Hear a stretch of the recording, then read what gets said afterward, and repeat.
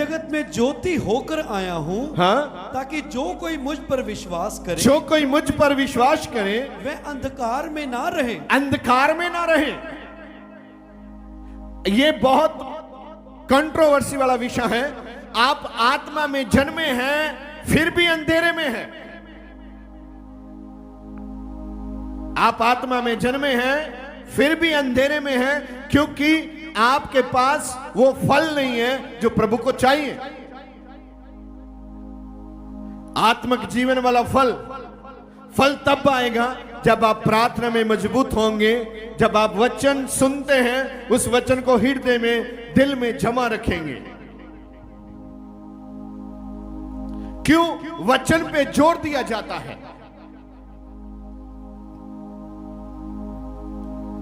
वचन आपको पावर देता है। वचन आपकी पावर है जो परमेश्वर की मकाशवे से, पवित्र आत्मा के मकाशवे से आता है। परमेश्वर तो पहले ही थे। यीशु मसीह के आने की जरूरत क्यों है? यीशु मसीह क्यों आए? ज्योति पहले थी। परमेश्वर प्रकाशमान है।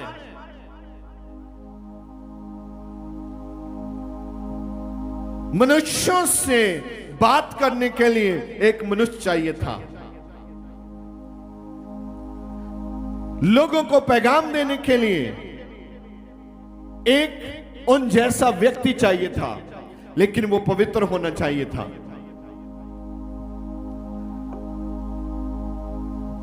ताकि वो मनुष्यों के बीच में गुजरे, उनको टच कर सके, लोग उसको देख सकें।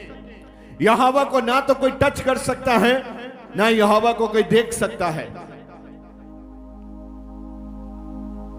अगर कोई भी व्यक्ति उसको देखने की कोशिश करे तो परमेश्वर का पवित्र शास्त्र यह बताता है वो जिंदा रहना मुश्किल है।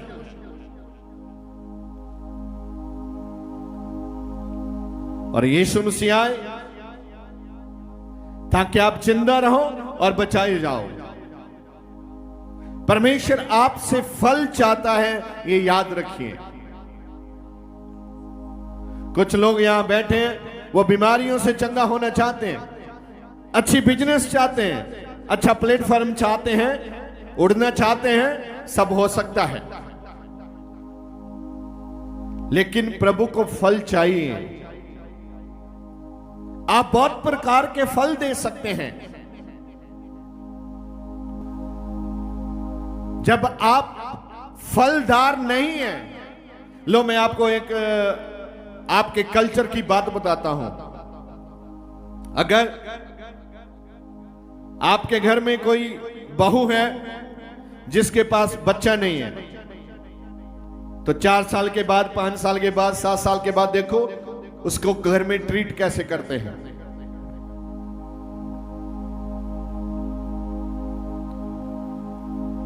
मुझे याद है बटाला की साइड से एक परिवार चर्च में आया और मुझे मिला। वो बताते थे कि मेरे घर वाले कहते हैं तू घर में रोटी खा सकती है, पराठा नहीं।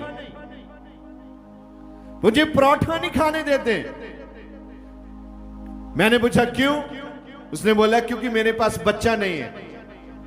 जब वो चर्च में आए, यहां प्रार्थना हुई, बाद में प्रभु ने उसको बेटा दिया। ये छोटी बात नहीं है, क्योंकि अगर आप हैं, आपको भी फल चाहिए। आप भी घर में कोई भी बूटा लगाते हैं, वृक्ष लगाते हैं, अगर वो फल नहीं देता तो क्या करते हैं?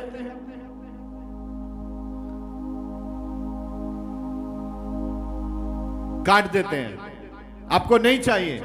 क्यों नहीं चाहिए? क्योंकि इसको फल, बोलो, फल नहीं है, तो आपको वो नहीं चाहिए। अगर आप मसीह में जिंदा रहना चाहते हैं, आप मसीह में बढ़ना चाहते हैं, तो आपको भी मसीह के लिए फल पैदा करना है। गवाही कोई फल नहीं है। गवाही कोई फल नहीं है, वो लीफ है, वो पत्ता है। वो आपकी चंगाई का हिस्सा है, वो आपकी खुशी का पार्ट है। लेकिन परमेश्वर की खुशी का पार्ट है जब आप दूसरे लोगों के पास जाते हैं।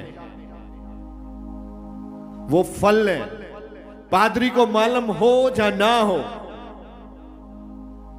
लेकिन परमेश्वर की आंख तुझे देखती है, क्योंकि वचन ऐसा कहता है धर्मियों के ऊपर उसकी आंख लगी रहती है।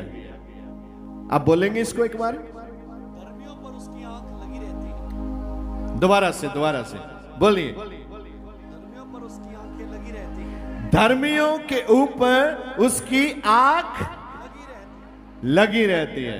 क्यों? क्योंकि वो धर्मियों से हर टाइम फल चाहता है, हर टाइम फल चाहता है वो आपसे। अगर आप किसी को शुभ समाचार दे रहे हैं, किसी को गवाही दे रहे हैं, किसी को लीफलेट दे रहे हैं, कोई पोस्टर लगा रहे हैं, आप क्या कर रहे हैं?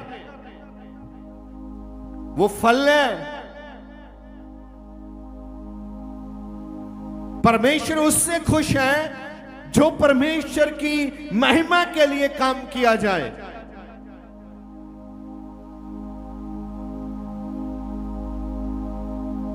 आपको परमेश्वर की महिमा के लिए काम करने हैं आज के बाद।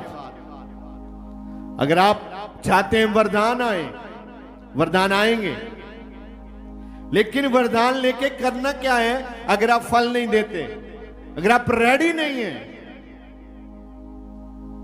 सुनो मेरी बात। जब दानियल को शेरों के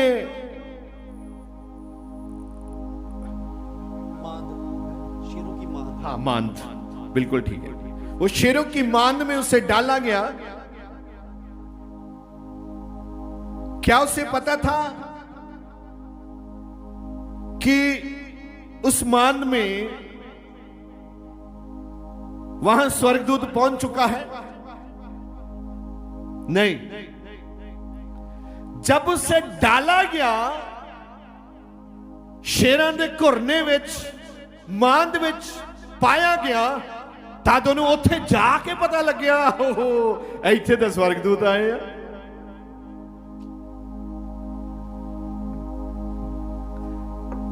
कभी कभी हम वहां जाने से पहले ही स्वर्गदूतों को देखना चाहते हैं। उसको कोई स्वर्गदूत पहले नजर नहीं आया, बे डैनियल आजा आजा, मैं हूं वहां, डर मत, ऐसा कुछ नहीं है। डाला गया, शेर नीचे थे, जब उसे फेंका गया, नीचे गिरा, धड़म बंद हो गया, तब उसे पता चला यहां तो स्वर्गदूत है।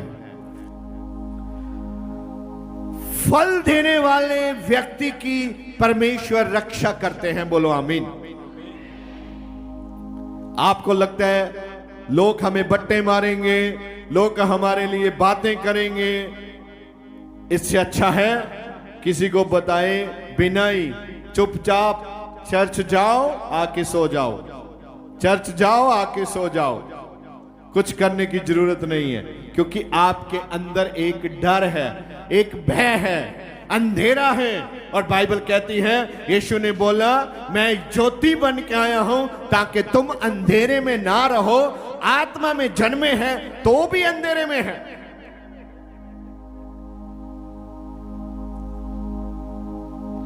आप डरते हैं। बाइबल में लिखा है, मैंने अपने लोगों को डर का नहीं लेकिन दलेरी का आत्मा दिया है। किसको दिया है दलेरी का आत्मा?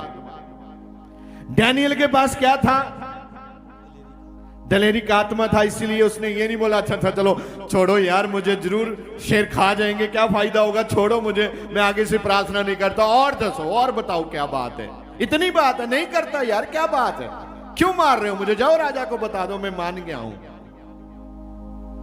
तो अंदर से सोचता कोई बात नहीं, मैं दिल में ही प्रार्थना कर लूंगा, शेर खा जाएंगे, कहानी खत्म हो जाएगी यार, कंप्रोमाइज, मुसीबत आती है कंप्रोमाइज करने के लिए ना सोचें। बाइबल कहती खड़े रहे, मैं तेरा परमेश्वर हूं, तेरा हाथ थामे हुए हूं मैं, ना डर, मैं तेरा परमेश्वर हूं। डैनियल ने कोई समझौता वहां नहीं किया, क्योंकि उसके पास क्या था? दलेरी का आत्मा, क्योंकि वो फल इकट्ठा करता था परमेश्वर के लिए। जब तक आप एक दायरे में बंद रहेंगे, बाहर नहीं निकलेंगे, लीफलेट नहीं लेके जाएंगे, लोगों को गवाही नहीं सुनाएंगे, यीशु के विषय में नहीं बताएंगे, आप डर के नीचे ही रहेंगे। आपको बाहर निकलना है।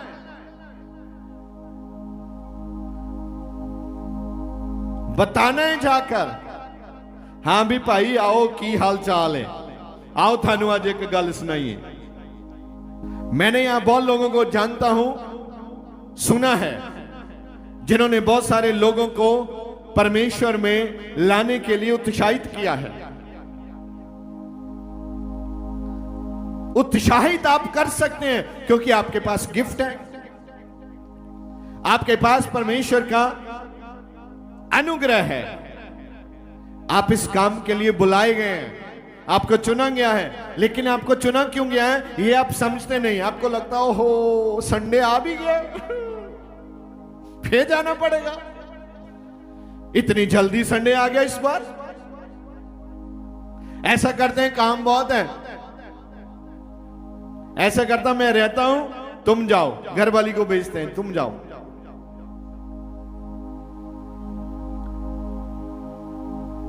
संडे आ गया, खुश होना चाहिए, संडे आ गया, खुशी मनानी चाहिए। जब भी आप चर्च से जाएं, संडे का इंतजार करें। संडे बरकत का दिन है। बरकत वाले दिन तो आप बोलते हैं हमारा टाइम नहीं है, आपका टाइम नहीं है, और जिसने टाइम दिया वो आपका नौकर है, वो इतना फ्री है। आपको अपना एटीट्यूड चेक करना है, आप परमेश्वर के साथ चल कैसा रहा है।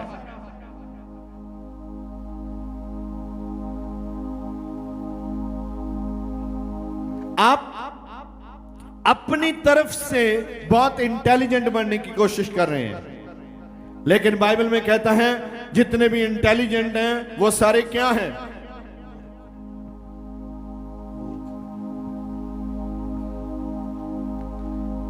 परमेश्वर का जो वचन है वो कार्य तब करेगा जब वो आपके जहन में जाएगा, जब आप उसको पकड़ेंगे। जब आप पकड़ेंगे नहीं, वो आपके ऊपर से निकल जाएगा। सालों साल बीत गए, आपने कुछ फल नहीं दिया प्रभु को,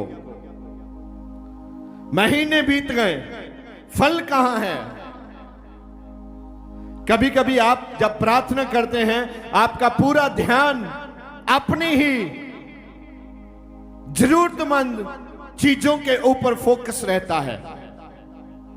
अब जब भी प्रार्थना करते हैं, आप एक भिखारी की तरह मांग नहीं आते हैं।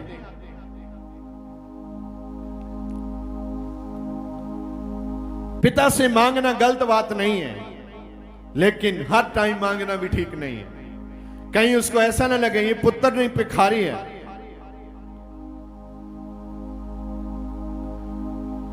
आपको परमेश्वर ने चुना है, आपको परमेश्वर ने बुलाया है, आपको सबसे बड़ा वादा दिया है। वो दिलेरी का आत्मा आपके ऊपर तब आएगा जब आप उसमें वॉक करना शुरू करेंगे, जब आप उसमें चलना शुरू करेंगे। जब आप चलेंगे, हां मैं फल लेने जा रहा हूं, मैं फल लेने जा रही हूं, वो आत्मा आपके ऊपर आ जाएगा। अगर आप उस कार्य के लिए जा ही नहीं रहे, तो वो डर का आत्मा आपके ऊपर रहेगा। लिखा है, मैंने तुझे कौन सा आत्मा दिया है? दलेरी का। जोर से बोलिए, दलेरी का। दलेरी का। और बोलो, मैं दलेरी का आत्मा पा चुका हूं यीशु के नाम से। दलेरी का आत्मा पा चुका हूं यीशु मसीह के नाम से। आमीन। बारिश बाहर हो रही है ना, अंदर तो नहीं हो रही। आप कोई बिस्कुट है सलाब रहे हैं, आपको पैक करें। फिर जब बारिश होती है, सबसे पहले किचन में जितनी खाने पीने वाली वस्तुएं हैं उसको क्या करते हैं, पैक करते हैं, क्योंकि उसमें मॉइस्चर आ जाता है। बारिश बाहर हो रही है, आप अंदर बैठे फिर भी बोल नहीं रहे। यही बात है, जो मॉइस्चर है, जो दुनिया का मॉइस्चर है, वो आपके बीच में नहीं आना चाहिए। आप जब परमेश्वर की हुजूरी में बैठे हैं, प्रेजेंस में बैठे हैं, तो बैठे हैं, वचन बोल रहे हैं तो बोल रहे हैं। चिंता किस बात की है? पढ़िए क्या लिखा है। यदि कोई मेरी बातें सुनकर ना माने, यदि कोई मेरी बातें सुनकर ना माने, तो मैं उसे दोषी नहीं ठहराता। और फिर कहता है मैं उसे दोषी नहीं ठहराता। क्यों? क्योंकि मैं जगत को दोषी ठहराने के लिए नहीं। देखो कितनी जबरदस्त स्टेटमेंट है। यीशु मसीह किसी को दोषी ठहराने इस जगत में नहीं आए, क्योंकि यीशु मसीह ने क्या बोला, कौन उसको दोषी बनाएगा? ध्यान से सुनिए। परंतु जगत का उद्धार करने के लिए आया हूं। मैं तो जगत का उद्धार करने के लिए आया हूं। जो मुझे तुच्छ जानता है, जो मुझे तुच्छ जानता है और मेरी बातें ग्रहण नहीं करता, मेरी बातें ग्रहण नहीं करता, उसको दोषी ठहराने वाला तो एक है। उसको दोषी ठहराने वाला एक है, अर्थात जो वचन मैंने कहा है, जो वचन यीशु ने दिया है, वही वचन आपको दोषी बनाएगा। कितने आज मेरी बात को समझ रहे हैं? समझ आ रही है? बोलो, आज के बाद मैं फल देने वाला हूं। आज के बाद मैं फल देने वाला हूं। मैं फल दूंगा फल दूंगा यीशु मसीह के नाम से। मैं फलदार वृक्ष हूं। फलदार वृक्ष हूं। मैं प्रभु को खुश करूंगा और फल दूंगा यीशु मसीह के नाम से। आमीन, आमीन।